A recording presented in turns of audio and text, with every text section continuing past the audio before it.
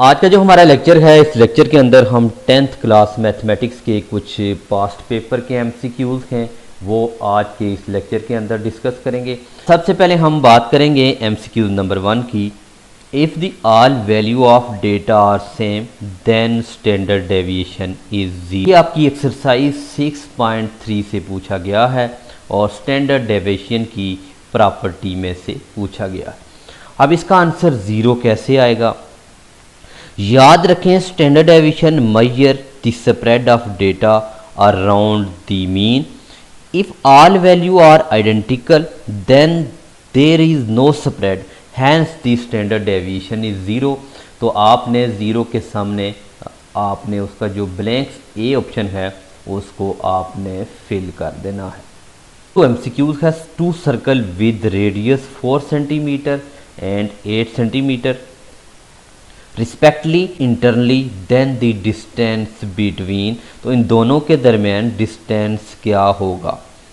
याद रखें, जब two distance touch internally the distance between their centre is difference of this radius.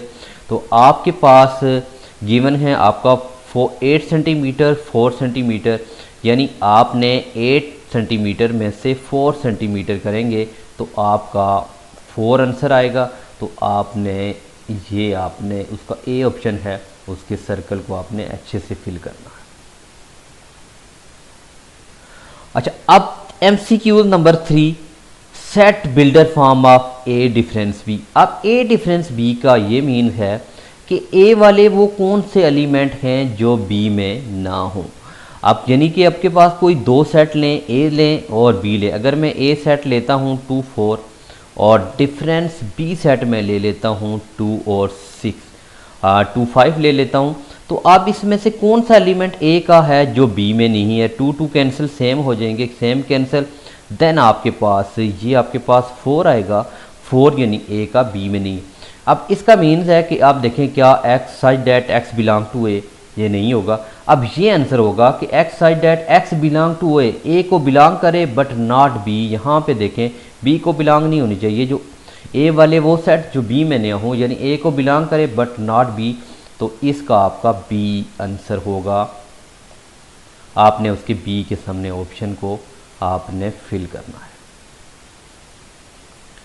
अगर हम एमसीक्यूज नंबर 4 की बात करें, in a right triangle, a right triangle ऐसी होती है जिसमें एक 90 डिग्री का एंगल हो, projection of perpendicular upon base. अब याद ये रखिएगा कि राइट ट्राइंगल है the projection of the perpendicular upon base, क्योंकि परपेंडिकुलर जो होता है ना is the altitude, perpendicular basically altitude and its projection on to base. इसकी जो प्रोजेक्शन होती है वो बेस पे होती है, is a just point, hence 0 length, इसकी जो लेंथ होगी वो 0 होगी। तो आपने 0 के सामने जो ऑप्शन नंबर बी है उसको आपने अच्छे से फिल करना है और ये सर्कल के अंदर ही आपने इसको फिल करना है। अगर अब यहाँ से सर्कल से बाहर होगा तो ये आपका रॉन्ग। अब एमसीक्यूज नंबर 5 देखें, यहाँ पे रूट्स ऑफ द इक्वेशन ये आपका मस्ट पूछा जाता है। ये आपकी एक्सरसाइज 2.1 में से पूछा गया। अब इसको आप देखेंगे कि किस तरह इसके केस आने चाहिए मस्ट, हर साल इसमें से एमसीक्यूज पूछा जाएगा। ये आपसे इक्वेशन है, अगर आपको इसको कंपेयर करते हैं standard form of this quadratic equation A X square plus B X plus C is equal to 0। यहाँ पे अगर आप देखते हैं ए की वैल्यू 1 है, बी की वैल्यू आपके पास 0 है। यहाँ पे इसको कंपेयर करेंगे ये दिस वन, तो ये इक्वेशन, और सी की वैल्यू आपके पास 8 आएगी। अब आपने डिस का रूट्स का नेचर ऑफ रूट पता लगाना है, तो आपने बी स्क्वायर माइनस 4a इसके ऊपर आपने डिस्क्रीमेंट अप्लाई करना है। तो b की जगह आपके पास 0 है, 0 का स्क्वायर 0 ही होगा, और माइनस आपने 4 है, a की वैल्यू 1 है और c की वैल्यू 8 है। इनको मल्टीप्लाई करेंगे 32 लेस देन 0। जब नेगेटिव साइन होगा तो रूट जब क्वाड्रेटिक वेरिफिकेशन करेंगे बाय क्वाड्रेटिक फार्मूला तो स्क्वायर रूट के अंदर माइनस साइन आएगा जो कि एयोटा की फॉर्म में जाएगा, इमेजिनरी हो जाएगा। तो इसलिए इसका आंसर ए होगा। तो ये आपके पास इमेजिनरी होगा। अब इसके बाकी रूट्स के लिए भी आप देख रहे हैं, अगर डिस का आंसर 0 आता है तो जो आपके रूट्स होंगे ज़ीरो आएगा तो ये आपके रूट्स इक्वल आ जाएंगे, roots are equal and rational होंगे। और अगर B square -4ac greater zero आता है तो इसके दो केस होंगे, जब आपका रूट परफेक्ट होगा और जब परफेक्ट नहीं होगा। जब परफेक्ट होगा तो रूट्स आपके रेशनल अनइक्वल होंगे, और जब आपका प्रॉपर स्केयर रूट नहीं होगा तो फिर रूट्स आपके अनइक्वल होंगे और इरेशनल होंगे। ये 4 केस हैं, ये आपने अच्छे से प्रिपेयर करना है। अच्छा, नेक्स्ट उसके बाद हम देखते हैं MCQs नंबर 6। चैप्टर नंबर 6 में से पूछा गया है, 6.2 एक्सरसाइज में से पूछा गया है। इसमें है what is the harmonic mean of a plus B. तो इसके लिए आपने एक फार्मूला याद रखना है। फार्मूला होता है आपके पास 2ab over a plus B. Here value of a is 2 and b is equal to 4। ये वैल्यू आप पुट करेंगे, 2 इंटू a की वैल्यू 2 है, b की वैल्यू आपके पास 4 है, ओवर a प्लस 2 करें तो 2 प्लस 4 करेंगे। यहाँ पे अगर आप देखते हैं 4 टू 8, 8 टू 16, ओवर आपके पास 4 प्लस 2 करेंगे तो ये 6 आएगा। यहाँ पे देखें इनमें से कोई आंसर है तो आप इसको सिंप्लीफिकेशन करें, 8 टू 16, 3 टू 6 तो 8/3 ये आपका आंसर आएगा। This is option number C, ये आपका आंसर आ जाएगा। आपने फार्मूला याद रखना है। इसका दूसरा मेथड भी होता है कि आप हार्मोनिक मीन फाइंड कर रहे हैं तो आप x लें, उसका 1/x करें और इसमें पुट करके तो इस फार्मूले से भी आप फाइंड कर सकते हैं।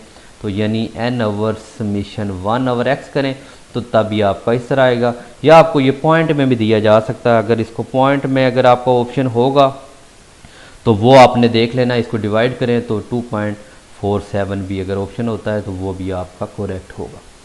अब नेक्स्ट जो आपका पार्ट है कि किस क्वाड्रेंट में लाई करता है। अब आपने in which quadrant do the angle between 90 to 180। तो इसके लिए आपका ये एक कार्टेशियन आपका प्लेन है, तो इसमें ये फर्स्ट क्वाड्रेंट, सेकंड, थर्ड, यहाँ से 0 से शुरू होके यहाँ पे 90, यहाँ पे 180, यहाँ पे 270 और यहाँ पे 360। अब 90 और 180 दिस इज़ क्वाड्रेंट, ये फर्स्ट क्वाड्रेंट, ये सेकंड है, ये थर्ड है और एंड 4 है। तो अब यहाँ पे आप देख सकते हैं 90 टू 180 है, ये सेकंड क्वाड्रेंट में लाई करेगा। अगर आपके पास 80 टू 270 होगा तो ये थर्ड में हो जाएगा, 90 टू दिस वन, तो ये आपका ऑप्शन बी होगा। तो यहाँ पे आपने फिल करना है। अब उसके बाद यहाँ पे क्वेश्चन है number when added to with its square gives 90, this number is. अब इसके लिए आपने नंबर लेना है, a number when added to with square, एक नंबर लें और उसका आपने स्केयर भी करना है, यानी एक्स स्केयर एक नंबर लिया उसमें ऐड किया और किसके इक्वल आ जाए, 90 के इक्वल आए। तो यहाँ पे आपने एक्स स्केयर प्लस आप एक्स करें, 90 यहाँ पे माइनस होगा। अब आपने स्टूडेंट इसकी मिड टर्म ब्रेक करेंगे। जब आप मिड टर्म ब्रेक करेंगे तो आपके पास दो आंसर आएंगे, एक -10 आएगा और दूसरा आपके पास 9 आएगा। तो यहाँ पे देखेंगे नेगेटिव आप छोड़ देंगे, आपको पॉजिटिव चाहिए तो 9 ऑप्शन होगा। तो यहाँ पे आपने बी को फिल कर देना। उसके बाद अगर हम नेक्स्ट MCQs की तरफ मूव करें, यहाँ पे दिया हुआ द यूनिट ऑफ रेशो। क्या यूनिट, रेशो का कोई यूनिट होता है? इनमें से कोई यूनिट नहीं है। मीटर आपका लेंथ का होता है, उसका कोई भी आपका यूनिट नहीं होता। उसके बाद आपके पास रेशो है, रेशो का कोई यूनिट नहीं होता। तो ये आपका आंसर आ जाएगा।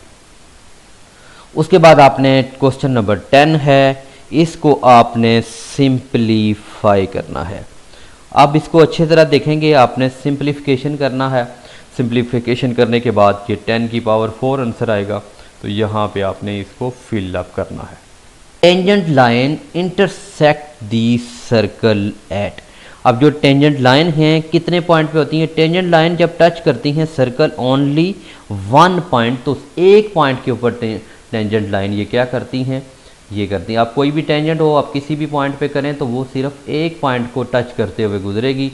अब मैं कोई भी कर्व ले लेता हूँ या सर्कल ले लेता हूँ तो इसके एक पॉइंट से टच करते हुए गुजरेगी।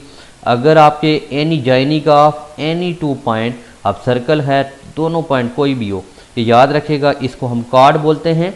और जो डायामीटर होता है सर्कल से पास करता है, ये बहुत दफ़ा एमसीक्यूज में आ चुका है, सबसे बड़ा कार्ड जो है वो डायामीटर है जो सेंटर में से पास करेगा, ये पॉइंट याद रखिएगा।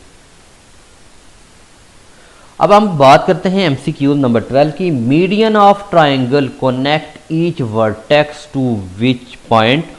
तो इसके लिए है, ये आपने याद रखना है कि mid point of this opposite side, चूंकि सेंट्राइड जो पॉइंट होते हैं द मीडियन इंटरसेक्ट के a median of triangle is line segment from vertex to mid point, ये होगा सेंट्राइड। यानी आपने याद रखना है कि जो मीडियन ऑफ ट्राइंगल है connect each vertex to which point the centroid.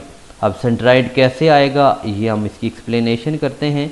तो ये मिड पॉइंट, क्योंकि mid point of the opposite side centroid होता है, वो पॉइंट होता है जिसमें मीडियन इंटरसेक्ट करता है, क्योंकि a median of triangle is line segment from vertex to the mid point of this opposite side.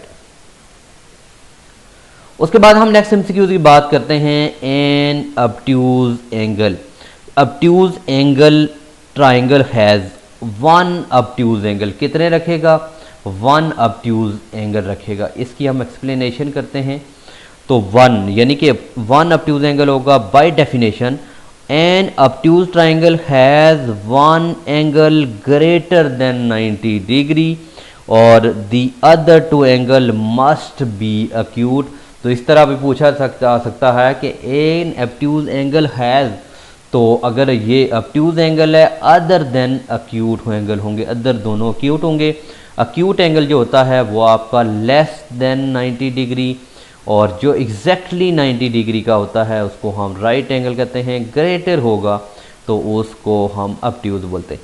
Find the value of M when continued proportion, तो ये आपने ले लेने हैं कि क्या ये कंटिन्यूड प्रोपोर्शन है। उसके लिए आपने 5:m प्रोपोर्शन m रेशो के लिए कंटिन्यूड है, जो आपका गिवन होगा जो अननोन वैल्यू उसी का प्रोपोर्शन करेंगे।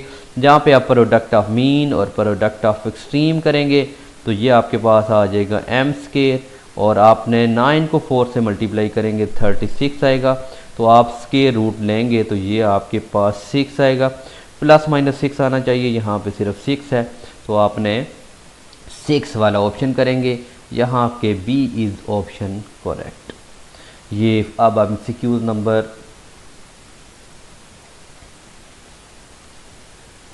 अब आपके पास एमसीक्यूज नंबर 15 है। एमसीक्यूज नंबर अगर हम 15 की बात करते हैं तो median of triangle intersects each other at, ये किस रेशो से आपके करते हैं? Median of triangle intersect H other in ratio, ये 2:1 होती है। तो यहाँ पे 1:2 है, लेकिन करेक्ट आंसर 2:1 होना चाहिए। तो क्योंकि जो सेंट्राइड होता है divided into each median 2:1 ratio, यानी 2:1 रेशो से होते हैं विद जो लॉन्गर सेगमेंट होता है beginning from the vertex to the centroid. तो इसका आपका आंसर एक करेक्ट मारेंगे, लेकिन ये 2:1 से करता है। What is the graph of quadratic equation? तो अब ग्राफ ऑफ जो क्वाड्रेटिक इक्वेशन होता है वो हमेशा पैराबोलिक होता है।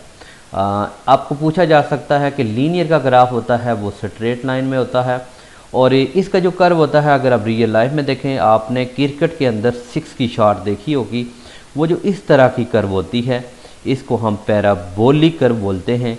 तो ये अब याद रखिएगा। उसके बाद an equation which is true for all variable, ऐसी इक्वेशन जो ऑल वेरिएबल के लिए ट्रू हो तो इसको हम आइडेंटिटी बोलते हैं, वो आइडेंटिटी बोलते हैं।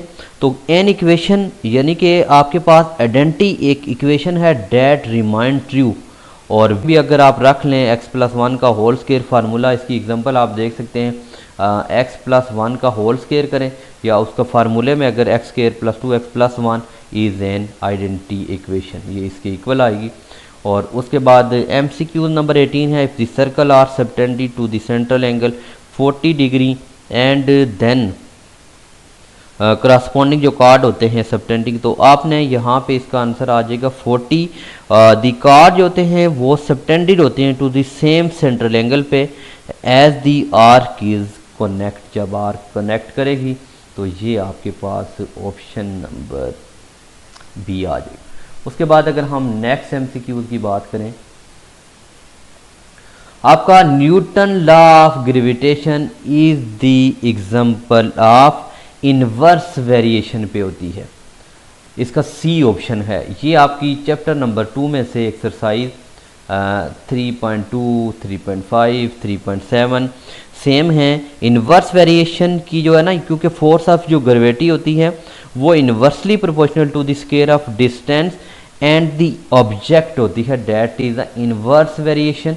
और क्योंकि न्यूटन आपने लॉ देखा होगा कि न्यूटन लॉज में देखा था डायरेक्टली प्रोपोर्शनल टू, यानी प्रोडक्ट ऑफ मास इनवर्सली भी हो जाता है, जिसमें डायरेक्ट और इनवर्स दोनों पाए जाएं तो this is the joint variation भी उसको हम बोलते हैं, लेकिन this is the inverse variation.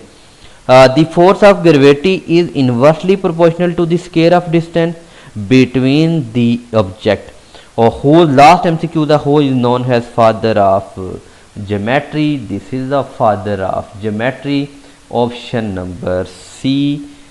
इक्वलाइड जो एलिमेंट होते हैं is the foundation work of geometry पे ये वर्क करते हैं। तो ये हमने आज एमसीक्यूज आपके साथ डिस्कस किए। उम्मीद है हमारा लेक्चर पसंद आया होगा। इंशाल्लाह हमने नेक्स्ट लेक्चर होगा उसके अंदर हम मैथमेटिक्स का गेस्ट पेपर भी डिस्कस करेंगे। आप चैनल पे न्यू हैं तो चैनल को ज़रूर सब्सक्राइब करें, अपने फ्रेंड के साथ शेयर करें। मिलते हैं नेक्स्ट लेक्चर में, तब तक के लिए इजाज़त दीजिए। अल्लाह हाफिज़।